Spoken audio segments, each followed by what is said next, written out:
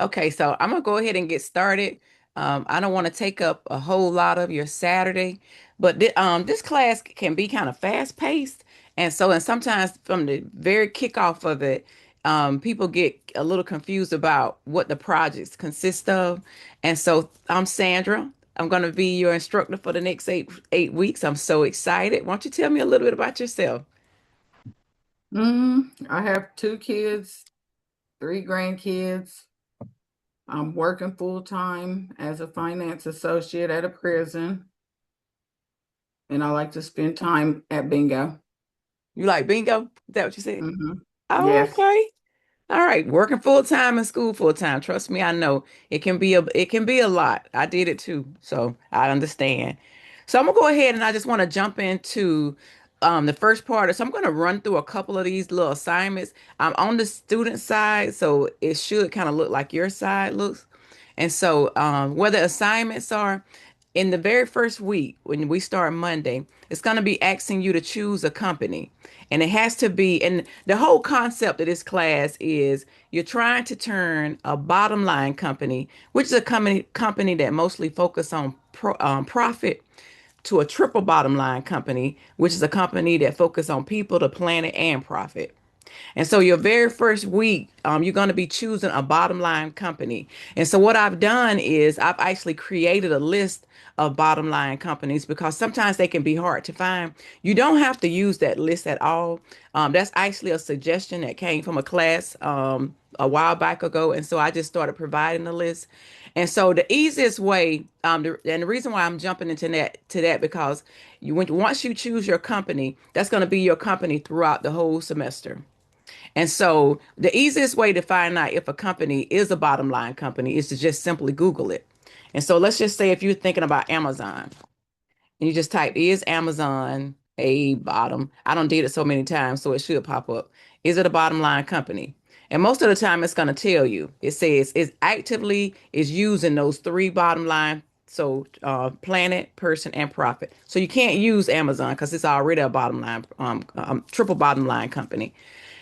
So that's the easiest way to find out if your company is a bottom line company. But like I said, I have created a list. You don't have to use that list because some students like the flexibility of being able to choose their own list, their own company. But once you choose that company, you're going to go in back on the side where the assignments are. It's a non-graded assignment, but this is where you'll need to put what your company is. And you just go down here. Mine don't show it because y'all's have like a little comment box. But anyway, you're gonna put it in that comment box, and you need to also put the website. And it needs to be a publicly traded company. Here are the criterias of what that company needs to be right here. It needs to be a publicly traded company. And it could be a company that's of personal interest to you, a professional interest, but most of all, and it also needs to have a website. So once you choose the company, like I said, that company is kind of going to follow you throughout the rest of the course. That's why it's so important to get that to kind of get that solid base of a bottom line company in the very beginning because I don't like for a student to have to kind of choose a company and then find out later it's not a bottom line company and then have to change it. And so that's why I actually really created that list is to try to help. But again, you do not have to use that list. And so in this course has, let me go back to, it can get a little confusing sometimes because you have all of these. Let me get to the syllabus. Let's look at the syllabus. Okay, see if I can make this a little bigger.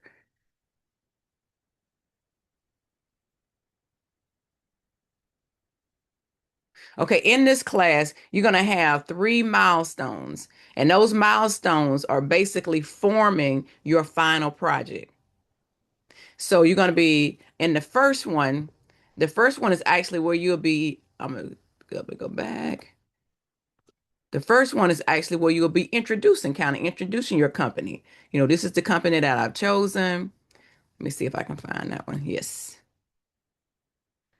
You're going to be introducing your bottom line company that you've chosen, and you're just going to be doing the history and all of that stuff. And there's a template that actually supports most of the milestones have a template to support it. So your very first one is just going to be basically you telling me what company you decided and telling me the history about it. Okay, and then your second milestone is going to be, let me go to that.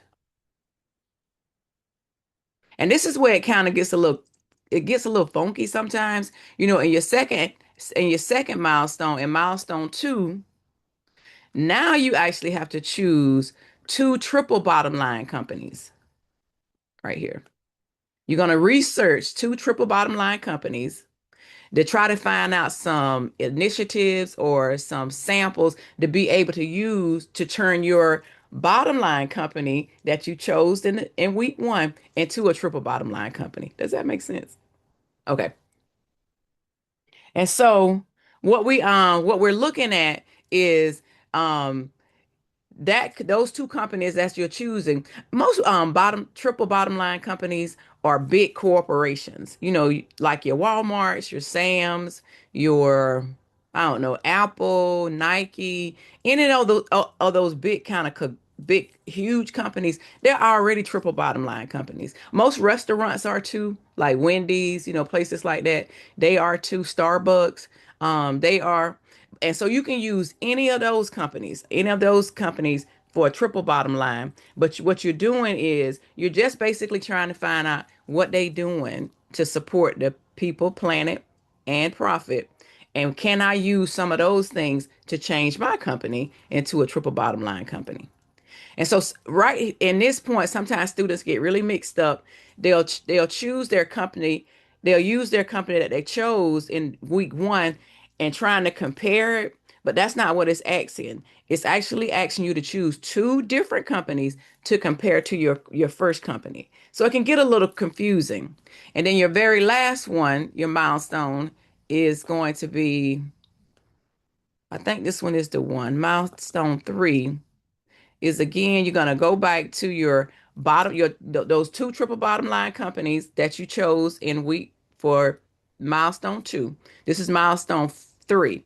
You're going to go back to them and then you're going to take all of these little indicators here and answer those questions. Again, kind of saying, what can I adopt? What can I use to make my company come up to that triple bottom line company? And then once you get to your final project, you're going to include milestone one, milestone two, milestone three, and then the project itself has some more stuff that you will be adding, and just follow along um with that rubrics. But most of it is gonna be all of the stuff that you've already worked on throughout the semester, just including it in there, and then you'll be telling what things that you decide to pull from those two companies that you chose to your bottom line company. It like I say, it goes back, it flip flops so much within the class. One week you're working on bottom line, next week you're working on triple bottom line, and sometimes students kind of get it mixed up. And so I just always like to make sure that you get kind of that first base started out good, and then that way you don't have to go back because it's kind of hard once you've chose a company to go and try to get another company because if you kind of mess up here, it's gonna mess up the whole project. Does that make sense? Have you ever had projects like that where you're working the whole project throughout the semester, and so it kind of it if you mess it up in the middle, it's hard to go back and try to straighten it out. And so that's why I like to get on and just try to go ahead and provide that. And so what I'll do is I'll put the companies in the announcements, the bottom line companies in the announcements. And like I say, you don't have to use those at all. If you found somewhere, even where you're from, if you know a place that's just local, because some students use local companies that happens to be publicly traded companies, but hasn't tapped into that triple bottom line stuff. I've had students to do that before. And so if you know somewhere local that you're kind of interested in, you can use that company. Or you're more than welcome to use any of those companies on that list. I did get a suggestion in my last class about providing triple bottom line companies. So I'm working on on actually creating that list as well, just to kind of help out. Like I say, it's not mandatory to pull anything from that list, but I just want to help so you won't have to double back trying to get it set up. And that's actually all I had, Miss Carrie. Do you have any questions about the course? No, I was actually because as soon as I seen that, oh, we get to pick our own companies, I was thinking about Levi because I love Levi's. So that was the Are you first thing saying that popped in my Levi? head. Uh-huh. Okay, let's just Jeans. look right quick and Mhm. see if Levi is a triple bottom line company. This is the easiest way to do it. Just Google it and you see you can't use Levi because it says, yeah, that's the easiest way to do it. But I can use it on my You can second use it one. on one of your companies, one of the two companies that you got to choose. Uh-huh. Exactly. Yes, ma'am. There you go. Yeah. So if you wanted to use it as your project company, you couldn't use it because it has to be a bottom line company. But Levi Okay. is a good company, and I'm sure they have quite a few things that you can learn that whenever you decide whatever that bottom line company is going to be, you can transition some of that stuff over into that company. I think I share a lot of times that like full time I actually work for a state agency, and we provide supports with people with disabilities, and so we're not considered a triple bottom line company because I think the only thing we do is like recycling. I'm just being honest, but Right. and so sometimes when I see stuff in the class when students have submitted stuff, I'll think, oh, I believe we can do that in our company to kind of get us up further in the triple bottom line category, so to speak. But yeah, that's the easiest way. If you have a Okay. company in mind, just Google it. And if it comes back that it's already a triple bottom line company, you can't use it as your project company, but you can use it as your research company. Okay. All I right. got it. All right. So thank you again. Now I am recording this because I had a couple of students tell me they wasn't going to be able to get on. But thank you so much. And again, I didn't want to take up a whole lot of your time, but I appreciate you getting on with me. Oh, you're And good welcome. luck and feel free anytime to reach out if you have any questions. I respond pretty quickly, especially if you text me. But I think you're gonna enjoy this class. It really is a good class. Business sustainability is it's not the most interesting subject, but when you learn about our part that we have to play, in making this place a better world through recycling. And now it's just Right. so much different things that we can do Yeah.